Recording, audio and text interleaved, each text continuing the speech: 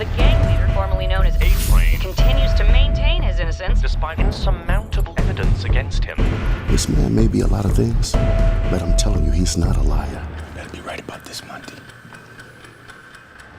I just need to ask you one question. Did you rob that convenience store and kill that little girl and that cashier?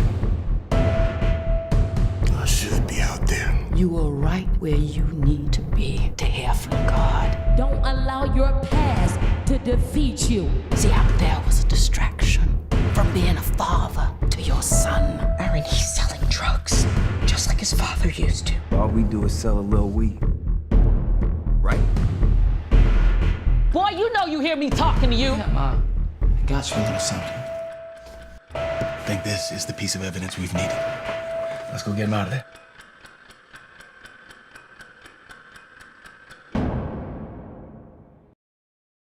Welcome back to Urban News. It's your host, K-Don. I'm here with the man, the legendary David Banner. How are you doing? today? Oh, you made me feel so good. Y'all, she won't tell y'all this, but she was standing outside and she was excited for me to be here.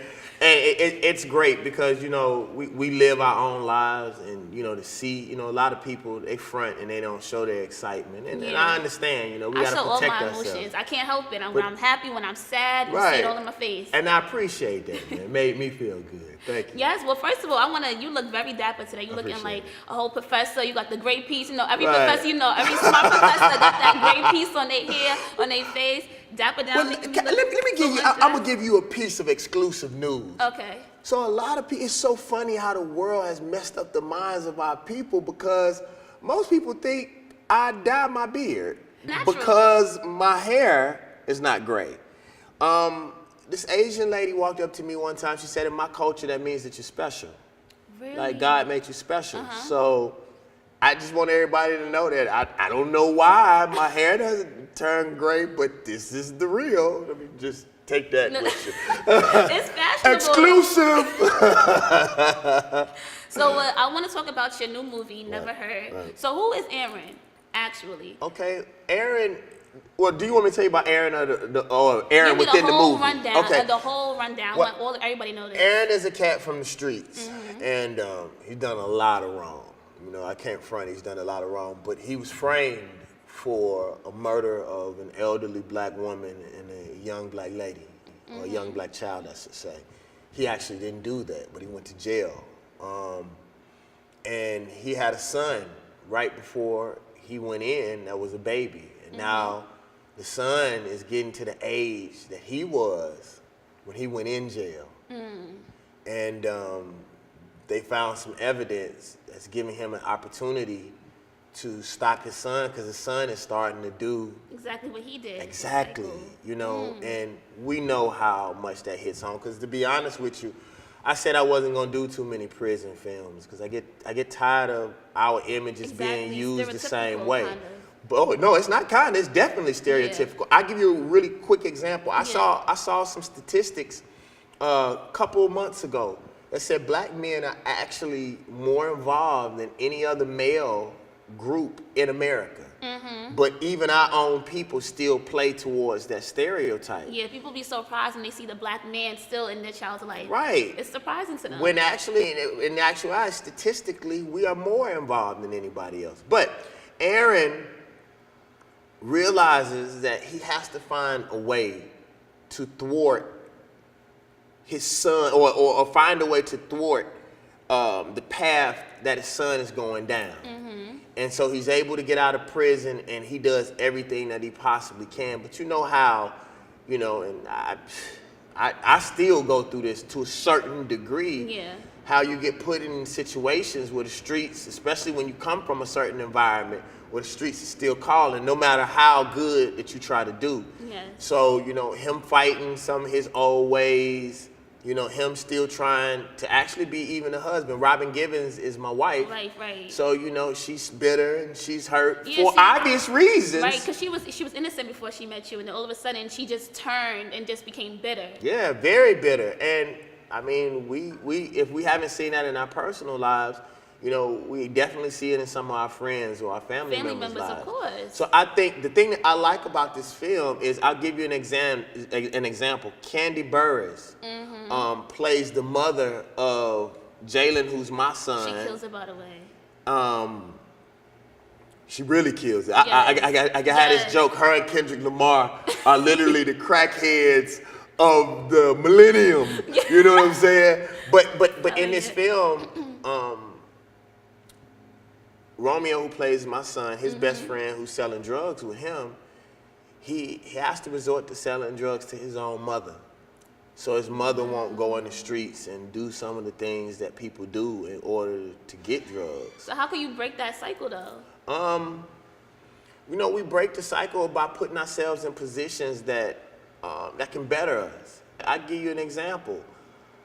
You know, I try as hard as I possibly can to stay connected, you know, to certain people, but for my own self, you know, for my own safety. I don't put myself in certain situations unless I have to. Right. You know, I don't do things to try to prove. You know, I do what I do for my community because I do it, and I control the environment in which I put myself in to make sure that, because sometimes you can't control. You know, I have a whole security team that I employ for several reasons, especially because of my activism. It's actually more. Yeah. It's actually more because of my activism than it is. No, seriously, you know, me being an actor. I'm not gonna say who will, but a lot of the times, you know, all of a sudden these. You can say white folks. It's all right. I'll say white folks for you. You know, sometimes I can give you some. I can actually give you some better words if you want me. Give me the word. Give me the word. No, we're good. Never heard. November 1st. But no, honestly. All of a sudden they die. They get shot up by their community, but it's really someone plans it. Yeah, and sometimes it is our community, because what some people don't understand is some people have bought into white supremacy and don't even know it. I mean, I'm a rapper. You know, look at not just rap, but look at most of our music, even R&B. It's usually you have, and a lot of times, and I'm not picking on anybody specific, but you have people who are in happy relationships that are singing about, you know, men ain't nothing but you happy. So that's you still perpetuating that same exactly in the black community. Right. So what I'll say about this film is that there is some resolve. There's something really special that I think people are gonna like that happens between me and Robin Givens. There is some resolve with the son, and that was the reason why, you know, I gravitated towards this film. And plus, I'm, you know, the star, and so I really like that part too.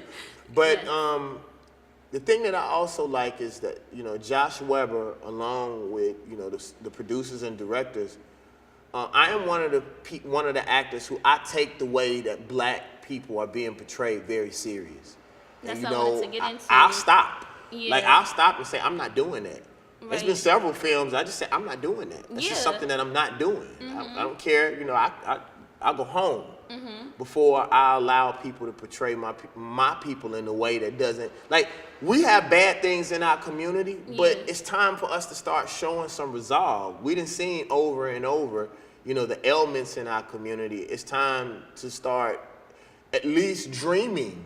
So being from Mississippi, Jackson, Mississippi, and you started off in the rap game, and then you went. Actually, you were about to say Massachusetts. I'll tell you a secret. I'll tell you a secret. People didn't know. I learned how to speak in Springfield, Massachusetts. My mom moved to Springfield, Massachusetts for a while, and that's where I actually learned to speak. So when we moved back to Mississippi, I was super, super duper proper. You used to get picked on? Yeah, a lot. A lot. We stayed across the street from the old Basketball Hall of Fame. Oh. Yeah, like it was. Yeah, so like that's something that people don't know. Yeah, some people That's dope. Yeah. But yeah, so moving along, being from that area, especially growing up, it was like one of the, you said, murder capitals in America. Jackson, Mississippi was the murder capital of the United States. Did you ever, like, I know a lot of people bring their entourage with them, and, you know, they grow up with the same people and they bring them to the future. Did they ever try to turn you back into that negative character? No. This is one thing that I can say about the streets when I was young. Like, I really didn't get I didn't really get hooked up into a lot of the stuff that I was into until I was in college. You know, we did our little stuff in high school and, you know, when we were younger, but the dope dealers during that time, they had a certain level of, they had an etiquette. You know, I was the music dude. They knew that I produced and I did all, and I was really, really great at music. Yeah. Like I've been dealing with music since I was in the like 4th, 5th, 6th grade. Like talent shows, I used to tear up samplers and all kinds of. So you the producer and the yeah. artist as well. I actually, what people don't notice, I actually got on first as well. No, because I had a record deal with Penalty Records when Noriega was hot. But I really blew up for producing Thug Holiday for Trick Daddy. Really? Yeah. So that was first. So that was like early millennium or late 90s? That was late. No, that was late 90s or like 01. Because it was right before so like David Banner. millennium. And then right around the same time, Like a Pimp, I don't remember this. I don't remember if, no, it was. Right after Like a Pimp, then I did Rubber Band Man. So it, you know, I can honestly say the folks in my neighborhood, they really looked out and they wouldn't let me do dirt. You know, and I really respect them. I remember when we was growing up, and I talk about this all the time, they didn't sell dope to pregnant women. You know what I'm saying? You didn't sell dope to kids. It was a certain etiquette in the streets. Right. It was honor amongst thieves. You know what I'm saying? And I'm grateful for everybody in my neighborhood because they really looked out for me. You know what I'm saying? They as much as I wanted sometimes to go in that direction, they always told me like, nah. Because you always had your own path. So you was never mixed up into any of that until you, like you said,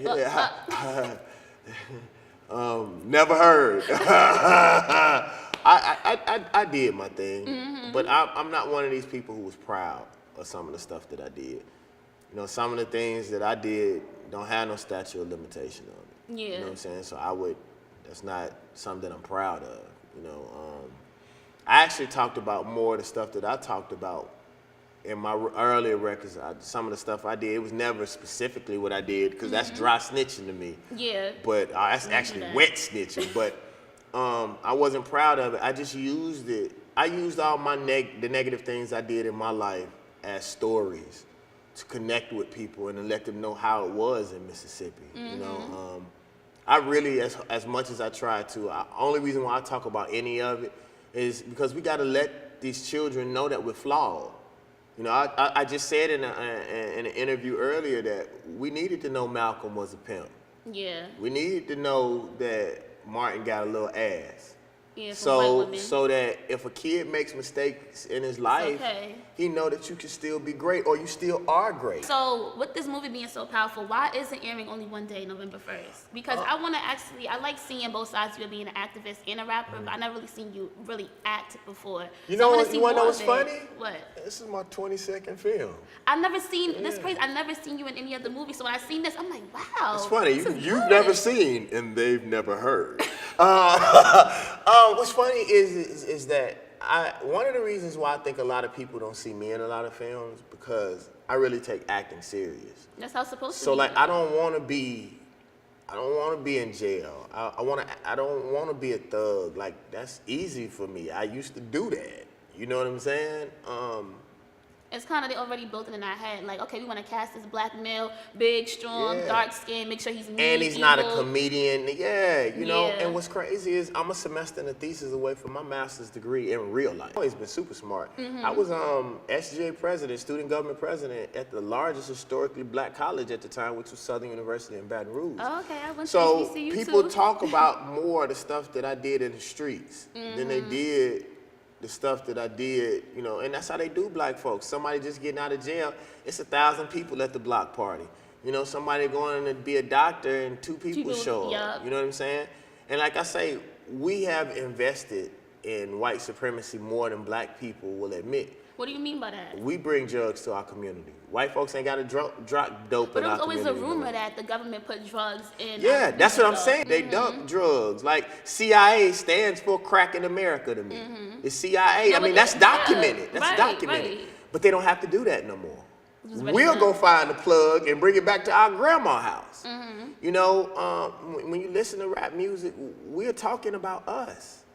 And people seem like they're cowards when somebody, you know, inappropriately touches a little black girl, or a cop or a federal agent murders or kills an innocent black man, woman, or child. You know, everybody's so gangster until it's time for you to be honorable, you know, to people in your community, and especially our women. That's never heard. Can you describe 3 words about this movie? How do you feel about it in 3 words? In 3 words. I am sexy. She just dropped the phone. Hey, you asked my opinion, and I think I look awesome. I'll just give 1 word. It's powerful. I think there's something that everybody can pull from this film if you're from the environment that we're from. Yes. You know, and it's not all negative. You know, there was one aspect, and I know I talk about this a lot, but it was the most powerful moment for me in the movie. You know, a lot of times people try to discredit black men unjustly. You know, this is one scene, and I know I'm sorry y'all talk about this so much, but when Robin Givens is on my head about providing for my son. Yeah, what was your reaction? And I wouldn't pull the director to the side and say, like, he's in jail. Like, what can he do? He said, brother, say what you gotta say. And I went straight off script, like, what you want me to do? I'm in jail. Like, you got something you want me to fill out that I like resumes. Like, yeah, you got some resumes. Right. Like, what do you want me to do? And I know even in our community, there's so many black men that try every day of their life, but this system is set up for us to fail. And then black folks that sit around and talk all this smack. I'm gonna tell y'all something really quick. And it talks to this situation. I spoke in front of some graduating lawyers. It was about half a year ago. And I started up by saying, I failed you all. Why did you say that? And everybody was like, it's like, Dave Banner, you do so much in the community. I was like, not really. I said, if I was really doing my job, I would be able to hire you all. Black people are the only people who send their brightest and their smartest to other communities to work. For white people, yeah. White people don't send their children to work for us. No. You know, they don't jump to try to get in our movies. You barely ever see an A-list artist, you know, or A-list actor in an A-list black movie, you know? Yeah. And so the thing is that we have to start providing jobs in our community. And then those places that are providing in our community, we have to make an asserted effort if it's a black business that's doing business at a zenith level. Yeah. But the thing is that we are going to the enemy. Like, I personally think the black church should be the places that we get our loans from. They eating off us. Yeah. You know, the church got gold stuff hanging from the ceiling. You know, Pac said it one time. I got this from Tupac. Tupac said, why can't retreats? Why can't the homeless sleep in the churches during the week? Yeah. This is where all the money is. You know, black people are investing. Why can't we go and get subsidized loans from our churches? I mean, a lot of the preachers, I'm not saying all, but a lot of preachers leaving there, whipping out in Ferraris, whipping out in Benzes, but they're taking the money away from the community out to, you know, wherever they live at. Right, you know what I'm saying? Dumbo or wherever they're at. You know what I mean? So for me, I just think there's other ways for us to be able to get these loans. The other thing that I feel too is I think that a lot of times we look at other races and where they are now, and we want to build in just like that. I have a friend that's building a school, and he has $100,000 for the school, and he needs like $100,000 more to put down the down payment for the school. Yeah. I said, why not stop? Why not just don't beg? Why not just go get a house? You know, you can have 10 students. You have 10 students. Yeah. Like if you look at most things, it started from something very, very small. But we don't want to do like other races do. You got other people and other black folks that come from different islands. It's 10 people staying in a house. See, we don't want to give back these toys that we get from the people who try to oppress us. We don't want to struggle. You know, even with me right now, man, like I did a small movie on YouTube. You know, I spent $20,000 on the movie. And you know, people say, you know, why it don't look like Star Wars? Because I don't have 400 years of oppression. Right. You know, and all of these loans and stuff. But the thing is, as a man, I'll say this. I'm from the South. I'm from Mississippi. My dad always told me not to beg. That's why I don't do crowdfunding. Like, if you do crowdfunding with me, you're going to get a CD or something. You may pay $100 for the CD, but I'm never going to beg for nothing. My dad always say, you're going to pay on the front or the back end. You're going to pay in some kind of way. Somebody's going to pay. There's nothing in this universe is free. So it's always better to pay up front, because it's always... How you ever notice when you ever got a lick on something? I remember back when I was young, we used to get burnt out cell phones. And you pay, what, $200 for the phone or however much, but they tell you it may last for a day or it may last for a year. I remember I had a burnout phone that lasted for like 8 months, and now I had that one job interview. And I needed the phone to be on. It stopped working when I really needed that call the most. You know, and that's how life usually goes. So like in our businesses, we got to stop competing with other races of people and just start it, you know, and struggle through it. And I think that makes you a stronger man or woman. I mean, even with Never Heard being shown for one day, that's a great example with that. This is an independent movie about black spirituality. They only playing it on November 1st. Why one day? Like, because we allow other people to dictate our worth. So until we start owning, because I had this idea, and if somebody else do it, y'all take this idea. Like, why don't we build black theaters? Like, let's say we go to Harlem and build a black theater, and we show our movies. We don't even need big movies. We did have a theater, but they shut it down. Yeah, no, they didn't shut it down. We didn't support. See, a lot of people, gentrification does exist. I understand redlining. I understand redlining and all the stuff that we do. But in a lot of cases, not most cases, we don't support our own. We'll have these communities for 40, 50, 60 years and do nothing in these communities. Like, it's our responsibility to make sure. I'll give you an example. There's this restaurant in Mississippi that I used to frequent a lot. And every time I would come back to Jackson, Mississippi, I would go what's called a Penguin. I would make it even if I wasn't hungry. Most times when I would land in Jackson, Mississippi, I would go to the Penguin. I felt like it was my duty to spend $100, $200. There's a bookstore. But most of those businesses need, because you know, they need our money. They need our attention. So it's good that you go back, especially your big name from, you know, Jacksonville. Like, that's important for them. Jackson, it's just Jacksonville. Is Sorry, that's in Florida. That's it. Yeah, it's all good. We got it. But like, I'll give you an example. There's this bookstore in Atlanta that's called Madu Bookstore. Madu Bookstore in Atlanta and Black and Nobel in Philly are two of the places where I get a lot of my books. Everybody asks me where I get a lot of my books from. But like what I do in Atlanta, I try to spend at least $200 with her a month. Most times it's $300. But I said, if I go and get, you know, Big Boy goes over there a lot from Outkast. Imagine if I get a couple of hustlers, you know, Big Boy, some basketball players, 2 football players, and we all spend $200, you know, $300 a month. You know, I always tell people, we didn't threw enough money in strip clubs in my old prior life to have shot 4 or 5 movies, to have built studios. Spend money on chains, on cars, on homes. So why can't we just say like we're gonna do that? We could pay her rent just by us 5, and then whatever she gets from the community is a plus, and we make sure that the store stays open. To show, in our community, always look better to show that you have the money instead of actually having the money. It's always been like that, keeping up with the Joneses. It's been like that. And I'm gonna tell y'all something. This is just, as I've grown as a celebrity, I have billionaire friends now, like with real money. I'm trying to hang out with y'all. My upper echelon millionaire friends and my billionaire friends, they don't do none of that. They don't spend money on nothing that, like my billionaire friends, they live like a doctor would live.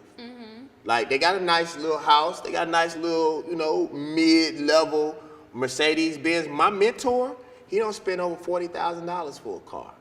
He makes more money than just about any black person I ever known in the music industry. Actually, he told me this was funny. He said the only thing that's real in his house is his wife's ring. He said, just in case he fall on hard times, we'll hawk that mug. You know what I mean? Yeah. But he says, like, I spend my money to make money. And this is what he told me. He said, you find one thing in life that you like and spend money on that, and that's it. He likes iPhone. He like anything with technology. Right. So he got the iPad, the iPhone, but watch. for a person that makes millions and millions of dollars, that's nothing. So like for me, I like G-Star jeans and I like nice shoes. You know what I'm saying? But that helps me as a speaker, because I speak at least 5-6 times a month. So I actually put it in the budget, so I actually can write it off, you know. Yes. Well, Never Heard. Right. It's coming out November 1st. Where can they find it at? Okay, you can go to fathomevents.com. It's FATHOMEVENTS. Yes. .com. She was over that word. She didn't know if I could spell. I told you I was smart. They can go to fathomevents.com. Actually, I'm gonna give you some work. Fathomevents.com. If they're really good, it's supposed to be right here, people. I don't know if that's gonna happen. Is this the only place we can find it? Is it gonna be in theaters? No, it's gonna be in theaters, but Just you can that go to one day. fathomevents.com to figure out where it is in, cause it's in most AMC theaters, but you can make sure where it is. Y'all in New York, it's gonna be all over the city of New York. Oh, and I wanna give a shout out to Eagle Academy in Harlem. I'm buying a whole bunch of tickets because Eagle is an all-male school. I think they have Is it a one. prep school? I think they have one in all of the boroughs. I think they have one in Queens too. I think Yeah, they did. but I Queens really too. like what they're doing with our males, and so I really support that school. So I'm buying some tickets, Dope. you know, You're gonna for have them. them go see Yeah, it. had them to go see it. And it's and you can go to Never Heard. What's the website on Instagram? Oh, you can go to Never Heard Movie. Did you hear that sexy voice out the back? She said, Never Heard Movie. Go ahead, girl. That was my own time. You can go there. They actually have a whole bunch of contests where they're flying a couple of people out to the premiere. So if you go and join them. You can also go to davidbanner.com, because we hadn't talked about none of my music and none of the stuff that I'm doing. You can find all of that at davidbanner.com. You can buy the God box, the shirts, the hoodies. Make sure that y'all support. Thank you. Well, next time you come back, I do want to talk more about your music, but I wanted to put my focus on Never Heard because the preview was awesome. So I had to talk about it. And I look awesome. Okay, and I check just out lost the video. 30 pounds, and Yeah, I'm you going to did lose the 20 best. more. How you know? You all in my research. I do my research. Blah, blah, blah. Now, y'all go ahead. We'll see y'all Never Heard November 1st. I love y'all. Be good.